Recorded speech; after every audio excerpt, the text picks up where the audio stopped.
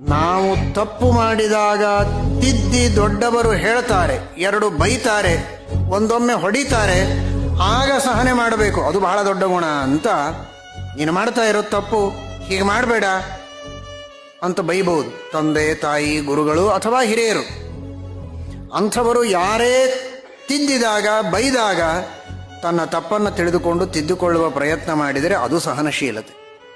ಅಂತಹ ಸಹನಶೀಲತೆ ಇದ್ದರೆ ಆ ಸಹನಶೀಲತೆ ಬಹಳ ದೊಡ್ಡ ಗುಣ.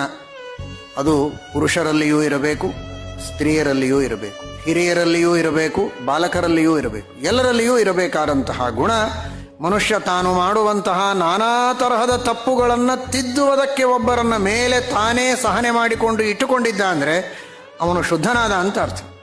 ಬೆಂಕಿಯೊಳಗೆ ಬೀಳುವುದಕ್ಕೆ ಬಂಗಾರ ಸಿದ್ಧವಾದರೆ ಬಂಗಾರ ಶುದ್ಧ ಆಯಿತು ಅಂತ.